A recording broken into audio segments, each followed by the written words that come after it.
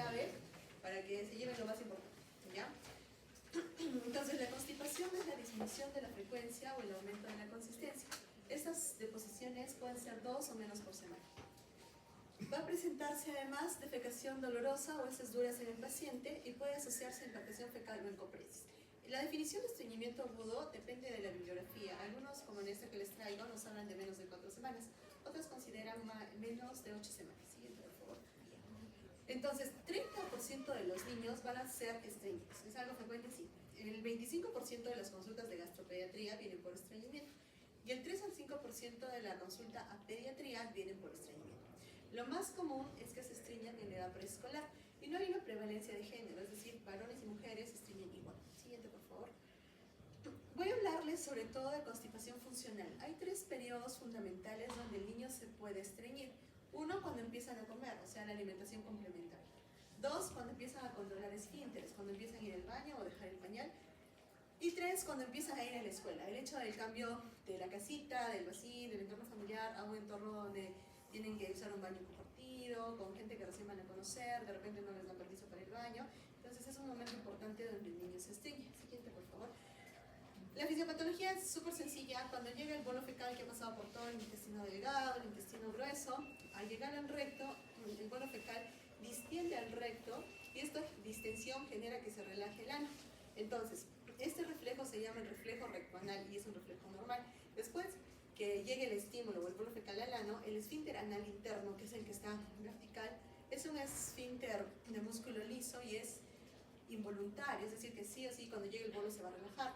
Entonces, ahí genera el deseo de defecación. Si el paciente o la persona o el niño desea evacuar y está en las condiciones adecuadas, va al baño, relaja de manera voluntaria el esfínter anal externo que es estriado y sale la popó. Pero si el paciente no se encuentra en su casa o en un lugar donde desea evacuar, al sentir el deseo de defecación, va a contraer de manera voluntaria el esfínter anal externo y cesa el deseo de defecación. Entonces, esas popós que llegaron hasta allí se van a quedar porque no van a salir y al quedarse aquí van a hacer que se deshidraten más, condicionando un círculo vicioso. Llegan heces frescas, el niño lo aguanta porque teme que le va a doler, entonces se deshidratan y se vuelve un círculo vicioso que tenemos que vencer. Siguiente. Acá un poco más de lo mismo, el bolo fecal, el deseo de defecar que relaja el anito, el esfínter anal interno, recuerden que es involuntario y el externo es el voluntario, el que nos da la continencia. Siguiente. En estas 3 imágenes vemos en el A, que es un paciente con un hábito defecatorio, un hábito intestinal normal, vemos un diámetro adecuado del intestino grueso, el sigmoides y del recto. En la figura P vemos que ya las heces se están acumulando. Los colores varían porque a medida que las popós se acumulan, estas empiezan a tomarse un poco más oscuras. Y en la figura C vemos que el recto ya está distendido, al igual que en la B, pero vemos una imagen de color mostaza, que es como líquida, y eso es lo que sucede. El paciente que realiza las deposiciones normales llegan las heces formadas de las formas que les conocemos y salen de la misma manera. En la parte B, como ya se están acumulando, el niño va a seguir alimentándose, por lo tanto va a seguir generando un bolo fecal, pero al no poder pasar por las heces duras de abajo, los que lleguen más líquidas van a pasar por los costaditos y van a ocasionar lo que es la encopresis o los ensuciamientos por rebosamiento del niño estreñido. Siguiente. Para esto, chicos, es importante conocer los patrones de defecación normal, porque recuerden que no es lo mismo evaluar a un recién nacido que evaluar a un niño a los 4 años.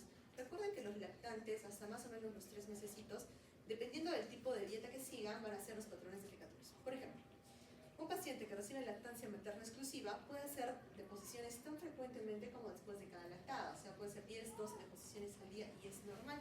O puede ser tan distante como una popó cada 10 días, incluso algunas bibliografías nos dicen hasta 21 días, ¿ya? O sea, está reportado como normal con lactancia materna exclusiva, siempre y cuando las popós salgan blandas, no haya molestias digestivas y no haya alteración de crecimiento por estatura. Si está así, son patrones normales. Empieza, por favor. En el caso del paciente con lactancia mixta, puede ser tan normal que haga 3 a 4 veces al día o que haga una vez cada 3 o 4 días. ¿Ya? Entonces, la idea es, más que frecuencia, para que no se memoricen o no se confundan en los hábitos defecatorios de los lactantitos pequeños, ustedes vean consistencia. Si hace cada 2 o 3 días, pero las hace blandas y no hay molestias, está bien. Si hace varias veces al día, pero las hace blandas y no hay molestias, está bien. Entonces, más que frecuencia en este grupo etario, vemos consistencia. Y ya cuando vamos llegando a los 2 o 4 años, ya se pone un hábito más regular, similar al del adulto. A los 2 años realizan alrededor de 2 veces al día y a los 4 años una vez al día. Siguiente, por favor. Entonces, como en toda patología que estudiamos, tenemos que primero hacer una historia clínica adecuada del paciente y luego el examen físico. Siguiente. Estas son una de las causas más comunes de estreñimiento en el paciente pediátrico. Recuerden que hasta el 90% son estreñimientos funcionales, es decir, que no hay una causa bioquímica o orgánica que explique el estreñimiento. Y un 10% van a ser unas causas patológicas. El primero, como les comenté, el estreñimiento funcional representa el 90% de los casos. Otras causas de estreñimiento son las intolerancias alimentarias o alergia a la proteína de leche de vaca. Siguiente. También dentro de causas endocrinas y metabólicas tenemos la fibrosis quística, la toxicidad por plomo, la intoxicación por vitamina D, la hipo o hipercalcemia, el hipotiroidismo y otras causas anatómicas como malformaciones anorrectales y también podría ser enfermedad celíaca, que no es muy común en nuestro medio, pero cada vez se están diagnosticando más casos. Siguiente. Bien, respecto a la historia clínica, es muy importante tener en cuenta la edad de aparición.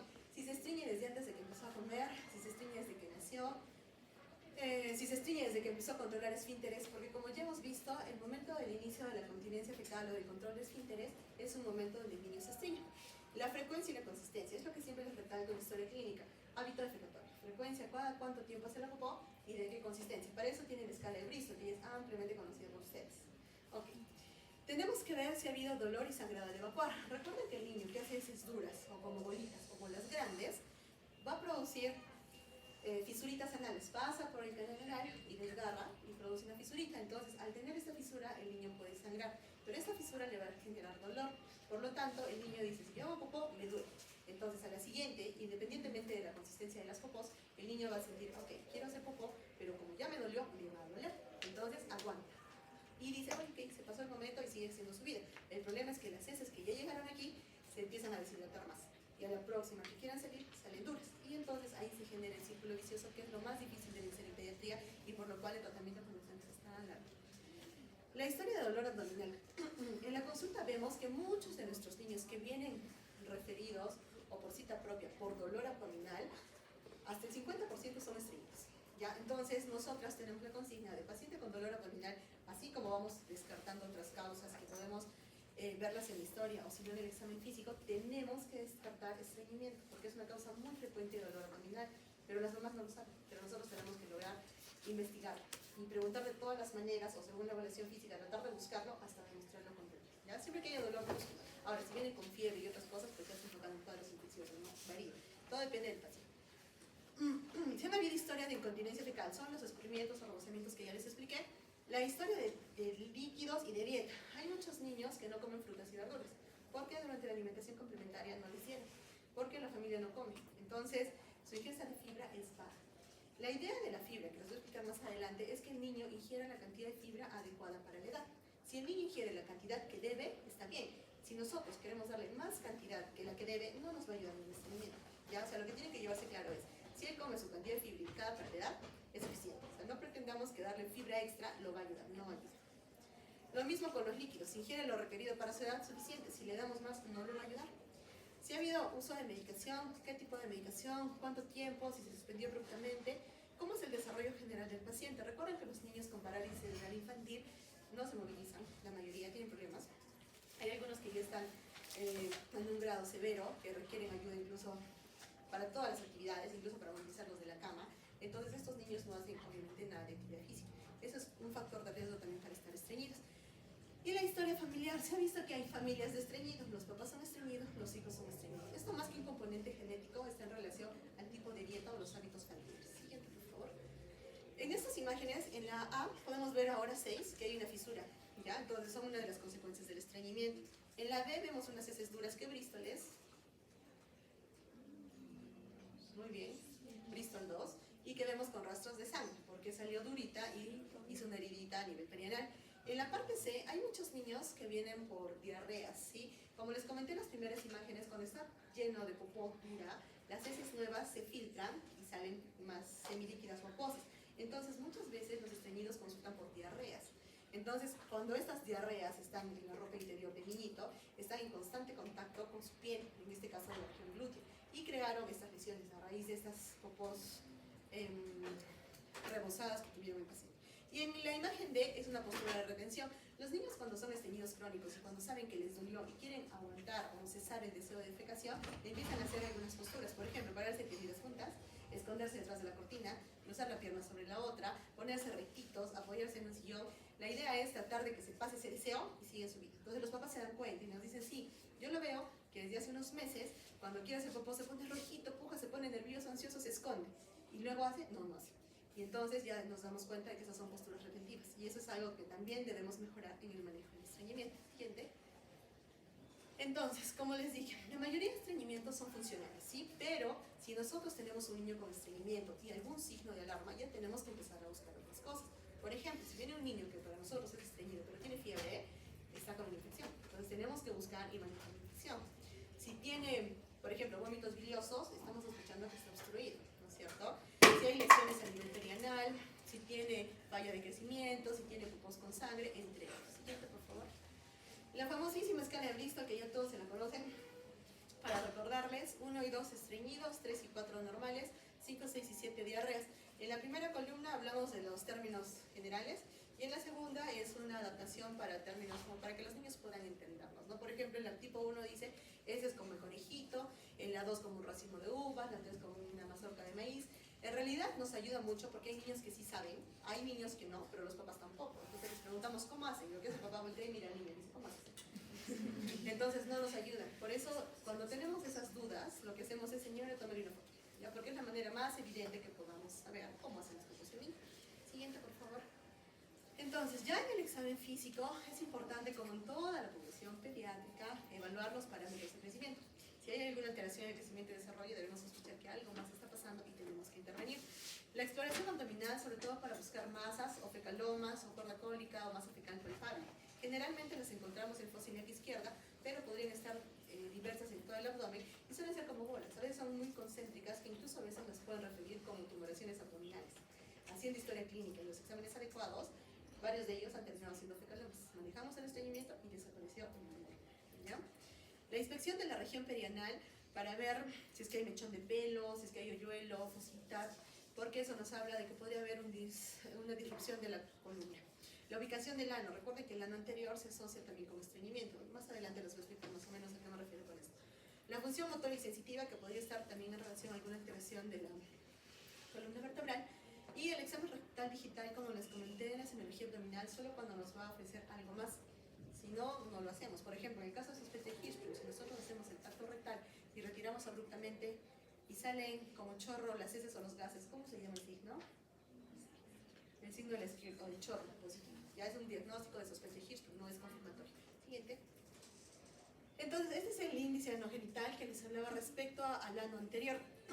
Realizamos una relación entre la distancia vaginoscrotal hacia el ano y luego vaginoscrotal hacia el coxis. Entonces, la relación normal en varoncitos es de 0.54 más menos 0.3 y de mujercitas de 0.40 más menos 0.4. Si esta relación está disminuida, entonces hablamos de un ano anterior y también es causa de estreñimiento. En algunos casos, el manejo puede ser quirúrgico. ¿Ya? Siguiente. Entonces, ¿cómo hacemos el diagnóstico de estreñimiento funcional? Tenemos los criterios de Roma 4, que ya son bastante conocidos por ustedes. Recuerden que tenemos dos grupos principales, aquellos pequeños menores de 4 años y los que son mayores de 4 años. En el caso de ambos, deben cumplir por lo menos 2 criterios durante al menos un mes. Y con eso hacemos el diagnóstico de estreñimiento funcional. Siguiente, por favor. La radiografía abdominal no se debe pedir en todos los pacientes estreñidos, porque nosotros diagnosticamos un estreñimiento funcional con la clínica. Sin embargo, si no pudiéramos realizar un examen adecuado, un adecuado examen físico, la mamá no nos brinda buena información, pero nosotros sospechamos porque de repente el niño dijo, una vez hice DUR, y la mamá dice, sí, pero siempre es normales, y le decimos, ¿cuándo hice? La mamá no sabe, o sea, tenemos mucha duda de que nos estén dando información adecuada y sospechamos estreñimiento, podemos pedir. O si de repente es un niño que tiene mucho tejido celular subcutáneo y no podemos llegar a palpar bien los intestinos, entonces, pero sospechamos de que está lleno porque la mamá nos dice, pues no ha hecho hace 7 días, pero luego no se acuerda porque vive con la tía, entonces pedimos algo. Entonces, en esta placa vemos, debajo de la ciudad hepática, ven como otras manchitas escarchadas, esas son las popos. Todo lo que está blanquecino son las popos, lo que ven negrito es el aire. Lo ideal de la placa es que deberíamos ver más negrito. Estamos viendo puro blanco, o sea, está lleno de popó, está con impactación fecal. Siguiente. El edema de Vario solo se recomienda cuando tenemos sospecha de enfermedad de Hirschsprung. Igual es un diagnóstico que es una ayuda diagnóstica que nos acerca a la enfermedad de Hirschsprung, pero si es que vemos aquí la imagen negrita, es la zona de transición. Ven que abajo es más delgadito y arriba está más grueso. Ok, esa zona delgadita donde está la flecha es la zona aganglionar. Entonces esa zona está más estrecha y como no pasa bien, porque no funciona bien la inervación aquí, arriba se empieza a dilatar. Entonces esa es una imagen que podríamos ver en el contrastado de colon con Vario, que debe ser sin preparación, y nos haría sospechar o aumentar nuestra sospecha de Hirschsprung. Pero si es así, nosotros tenemos que hacer la confirmación. Y la confirmación la hacemos mediante, ¿cómo confirmamos el Hirschsprung? Biopsia rectal. ¿Ya? Listo, siguiente. También para el Hirschsprung o para descartar otros diagnósticos orgánicos podemos usar la manometría no rectal. Si el reflejo anal inhibitorio está presente en la manometría no rectal, excluye Hirschsprung. Si no hay, entonces se debe realizar la biopsia rectal para confirmar la enfermedad de Hirschsprung. Si el reflejo rectoanal inhibitorio es anormal y tenemos una biopsia normal, entonces el diagnóstico es una calacia. En la imagen B vemos, donde ven dos redonditos salen los puntos negros, son las fibras nerviosas, pero que no tienen las células ganglionares, ¿ya? Entonces por eso se ven así. Y bueno, ahí vemos la sospecha alta de enfermedad de Hirschsprung, porque en algunos casos que haya la sospecha también se pueden hacer otro tipo de tinciones. Pero con la biopsia, logrando ver esta imagen, que es con una tinción simple de hematoxilina y eosina, ya podríamos hacer el diagnóstico de Hirschsprung.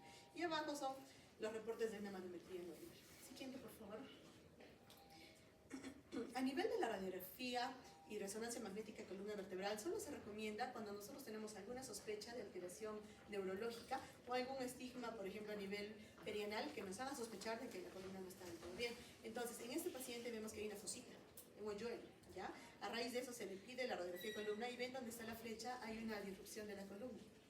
Entonces, la resonancia magnética no debe ser en todos los niños. Se puede utilizar en aquellos pacientes que tengan alteraciones neurológicas que queramos confirmar, por ejemplo, nuestro hallazgo que encontramos aquí.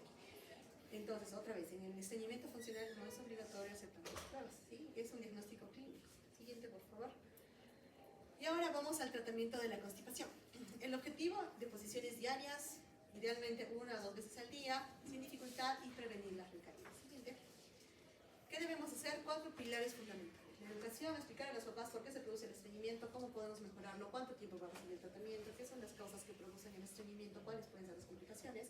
La desimpactación fecal, hay algunas guías que nos dicen que desde inicio sí a todos, pero hay otras que no, depende del paciente. ¿Ya? En todo caso, yo les recomiendo, si hay un paciente que sí encuentra impactación fecal, hay que darle desimpactación fecal, pero los de reciente inicio no es obligatorio a un paciente de reciente diagnóstico de estreñimiento desimpactar si es que no estuviera impactado.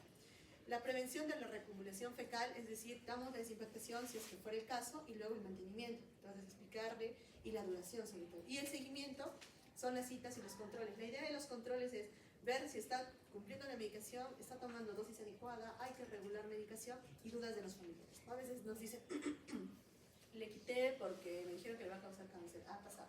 Le quité porque altera la microbiota. Pues son cosas que para el familiar es importante, ¿no? Nadie quiere exponer a su hijo cáncer, pero para eso estamos nosotros, para orientarlos. Entonces las preguntas más frecuentes y dudas que hacen que el paciente, el familiar retire laxante, son las cosas que nosotros siempre les hablamos en la consulta, para que no le quiten por esos motivos muy frecuentes y puedan seguir el tratamiento largo y el paciente mejorar, porque si el paciente interrumpe el tratamiento cada cierto tiempo porque la mamá tiene miedo de que sea dependiente, de que le dé alguna enfermedad oncológica, el paciente mejora, entonces nunca mejora, porque siempre sigue pujando, le da las hemorroides, fisuras anales, prolapso rectal, en el caso de mucositas, infecciones urinarias a repetición, entre otros. Para eso es el seguimiento. El familiar tiene que adherirse, lo citamos generalmente entre 15 a 30 días, dependiendo de la severidad, quizás a la semana. Los familiares que cumplen los controles van bien y les damos de alta. Los pacientes que no cumplen controles vienen, se van, y los papás siempre vienen con las mismas quejas. Mi hijo sigue mal, pero no cumplen. Y nos volvemos, y cada vez que los vemos, sigue estreñido. Pedimos placas porque los papás dudan que sea estreñido, está lleno de bocón. Entonces siempre es lo mismo. La idea es lograr la adherencia de la familia, porque ellos son niños y quien administra el tratamiento es la familia. Entonces si es que no lo logramos, el niño va mal. Y al final el pronóstico a largo plazo del niño pues no es muy bueno porque va a tener complicaciones. Siguiente. Lo que les comenté, la fibra, solo lo que requiere por edad. Dar más fibra no ayuda, no tiene beneficio. La ingesta recomendada de agua por día, esto no es agua pura, o sea, incluye el agua, además del líquido contenido en los alimentos y en las bebidas. Por ejemplo, paciente menor de 6 meses, recuerda que no debe tomar agua, ninguno. Si toma, es solo su fórmula, pero no puede tomar agua pura como tal, no debería tomar. Entonces, de 0 a 6 meses, el requerimiento hídrico para estos niños es de alrededor de 700 mililitros, los cuales provienen de la lactancia materna o del fórmula. De 7 a 12 meses son 800 mililitros, que va a estar en la leche, pero como este niño ya come, también en los alimentos y bebidas complementarias. De 1 a 3 años, alrededor de 1.300 mililitros, de 4 a 8 años, 1.700. En los 14 a 18 depende si es varón o mujer. Por ejemplo, las niñas, alrededor de 2 litros 300 y los niños 3.300.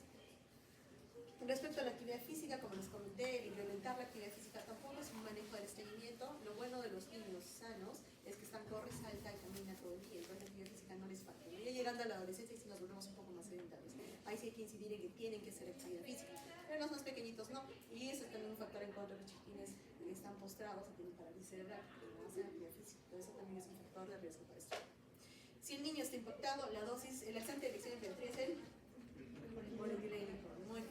Dosis de desimpactación de 1 a 1.5 gramos kilo día de 3 a 6 días. Si no encontráramos el polietilenglicol, la segunda opción es la lactilosa. Y si este niño además presenta fisuras anales, se puede usar vaselina tópica. En los lactantes se puede usar supositorio de glicerina o estimulación rectal si es que hay heces muy duras en el recto. Pero esto se recomienda como rescate, o sea, no es que le vamos a poner interdiario o cada 3 días porque no hace, porque poner mucho supositorio o estimulación rectal puede desarrollar tolerancia. Entonces la idea es manejar por la boca o identificar la causa e intervenir. Siguiente. En aquellos lactantes mayores de 6 meses se deben usar laxantes osmóticos diarios, de primera elección el polietilenglicol sin electrolitos, porque con electrolitos podría producir un trastorno electrolítico de nuestro paciente pequeñito. También se puede usar como segunda opción la lactulosa y el sorbitol, pero no tenemos sorbitol aquí.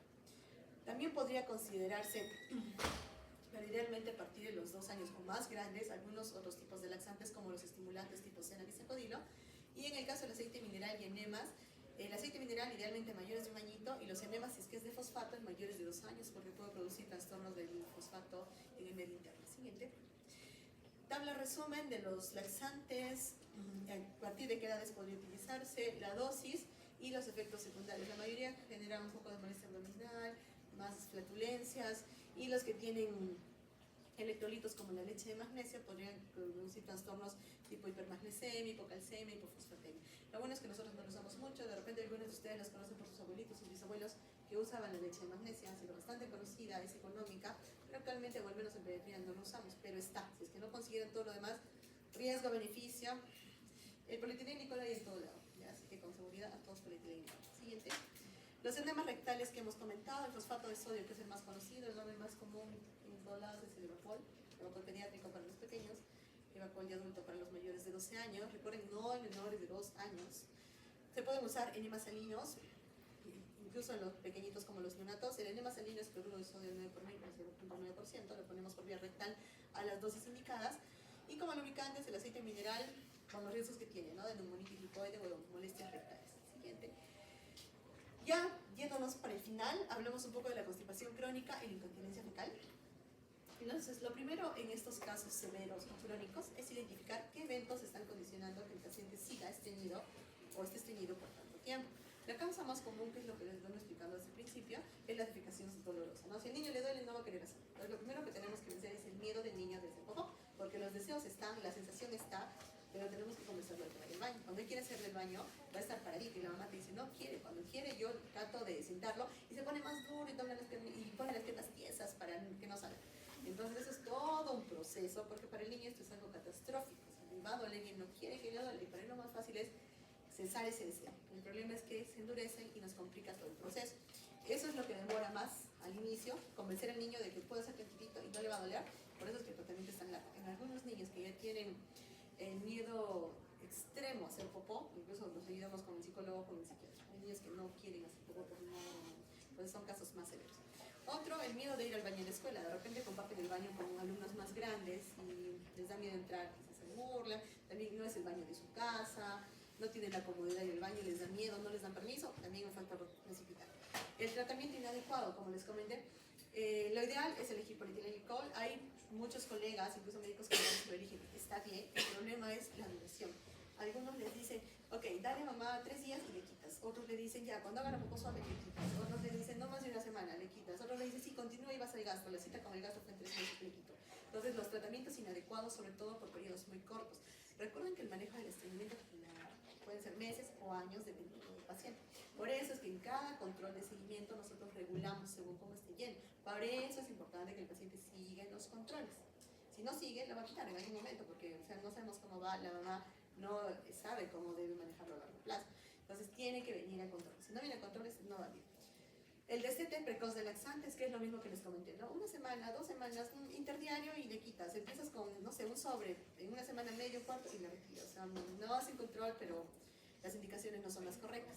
Y el otro, falta de tiempo para ir al baño, ¿no? De repente está en el colegio y le decimos, ¿por qué no vas al baño? Tienes que ir después de comer. Porque tengo taller y solo tengo 15 minutos para almorzar. Termino de almorzar, tengo que ir al taller y luego llego a la casa a las 6. También es un factor la vez. Entonces, en estos casos, lo que nosotros recomendamos como parte del manejo en el niño que ya va al baño es que debe sentarse de 5 a 10 minutos después del desayuno, almuerzo y cena.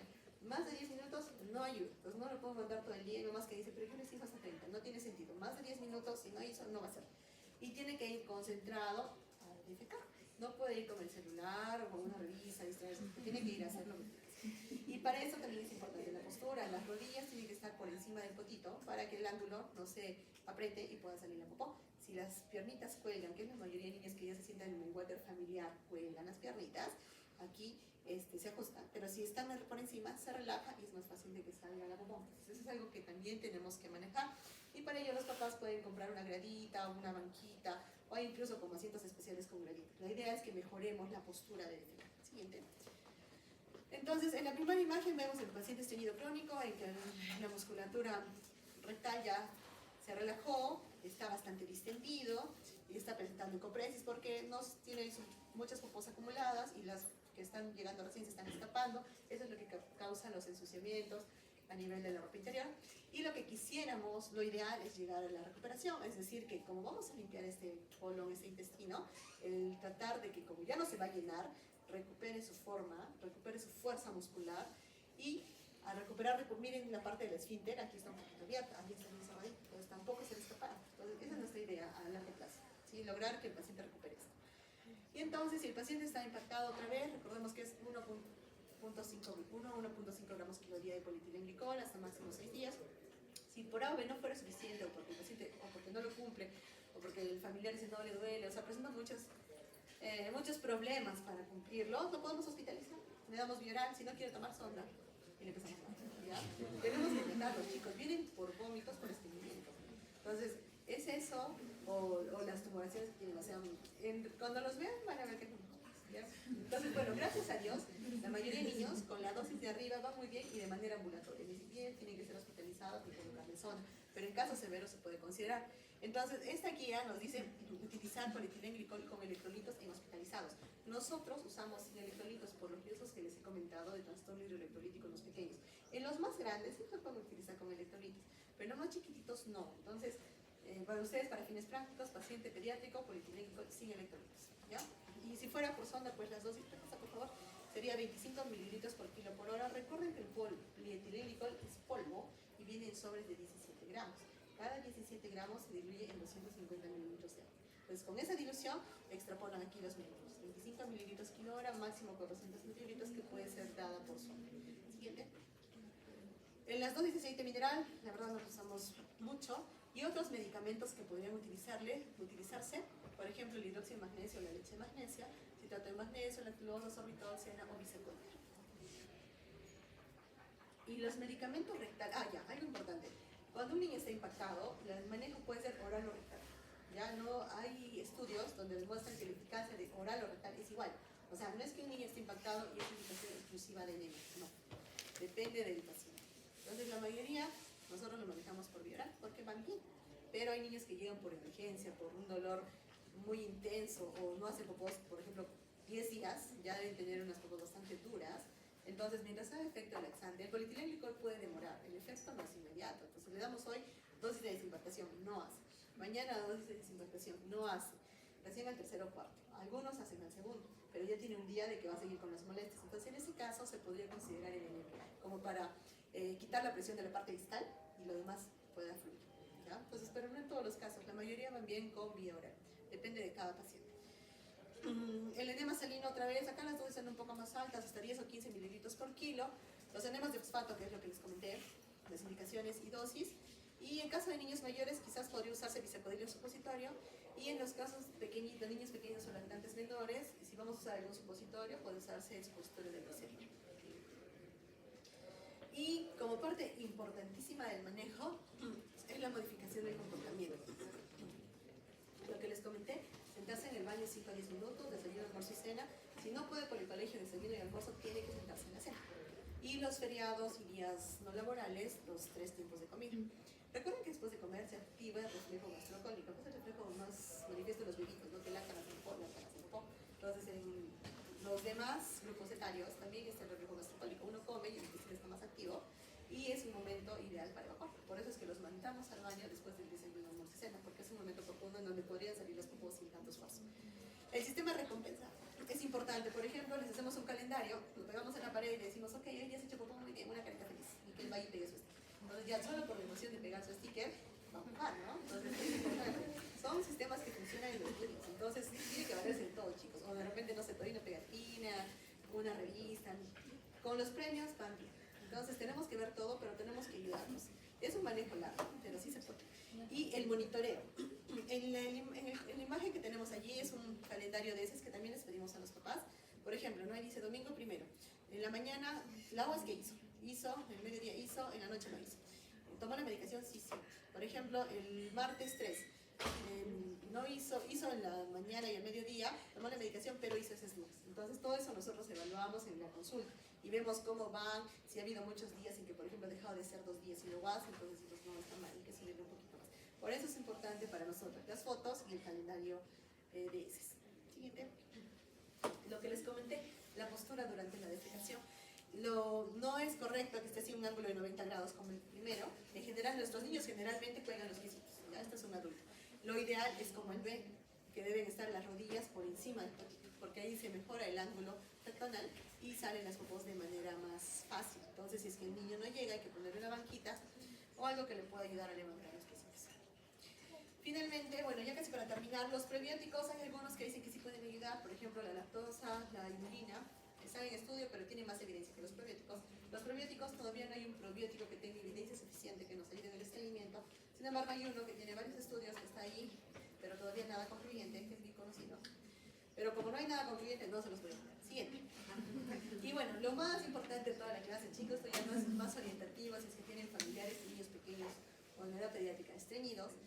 ¿Cuánto tiempo debe recibir un niño la terapia médica? No hay ensayos clínicos aleatorizados que hayan investigado la duración óptima. Sin embargo, los expertos recomiendan que el mantenimiento debe ser por lo menos 2 meses, después de que los síntomas se hayan resuelto, por lo menos durante un mes.